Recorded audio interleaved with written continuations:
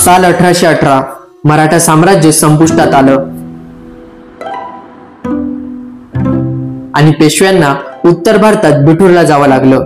पुढे 1818 ते 1857 हा काळ महाराष्ट्रातील सामाजिक, सांस्कृतिक आणि राजकीय जीवनातला संभ्रमाचा काळ झाला। गुलामगिरी वाढू लागली, अनिष्ट रूढी, अस्पृश्यता आणि महिलांवरील होणारे अत्याचार यामुळे आपला समाज पोखरला गेला होता। सती, बालविवाह यासारख्या परंपरा समाजासाठी घातक ठरत होत्या आणि याच काळात आपल्या समाजाला दिशादर्शक ठरणाऱ्या एका महापुरुषाचा उदय झाला। इतिहासाच्या पानात एका सुवर्णरत्नाची नोंद झाली। या व्यक्तीने रूढींच्या, परंपरांच्या आणि कर्मकांडांच्या चौकटी झुगारून मानवतेला अधिष्ठान प्राप्त करून दिलं। एक उत्तम उद्योगपती, कॉन्ट्रॅक्टर, कार्यकारी संचालक, अर्थतज्ञ आणि शेअर मार्केट विषयी उत्तम ज्ञान असणारी ही व्यक्ती म्हणजे महात्मा ज्योतिराव फुले। नमस्कार, आपण पाहतात मराठी यशोगाथा। चला तर मग महात्मा ज्योतिराव फुले यांच्याविषयी अधिक माहिती जाणून घेण्याचा प्रयत्न करूया। पण त्याआधी व्हिडिओला लाईक आणि आपल्या चॅनलला सबस्क्राईब करायला विसरू नका। महात्मा ज्योतिराव फुले यांनी सामाजिक सुधारणांची चळवळ चालवताना दुसरीकडे देश उभारण्याचेही कार्य केले।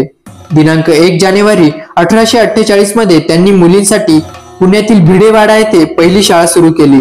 त्यांच्या पत्नी सावित्रीबाई फुले यांना त्यांनी शिक्षण दिले। सावित्रीबाई फुले या मुलींच्या शाळेच्या पहिल्या शिक्षिका होत्या।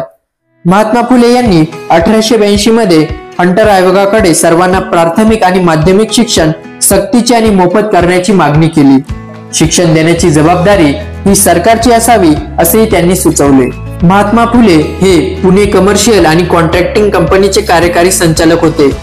या कंपनीने धरण, कालवे, बोगदे, पूल, इमारती, कापड गिरण्या, राजवाडे यासारखी अनेक भव्य आणि देखणी बांधकामे केली। भारतातील पहिली कामगार संघटना 1880 मध्ये नारायण मेघाजी लोखंडे यांनी स्थापन केली। त्यांना कामगार संघटना स्थापन करण्यासाठी मार्गदर्शन महात्मा फुले यांनीच केले।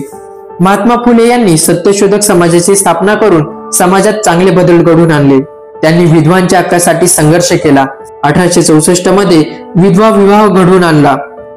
महात्मा फुले यांच्या कंपनीने पुस्तक प्रकाशनाचेही काम केले होते। महात्मा फुले यांनी शेअर मार्केट या विषयावर कविता देखील केली होती। अशा प्रकारे त्यांचे महाराष्ट्रासह देशातील समाज सुधारण्याच्या चळवळीतही मोलाचे योगदान होते।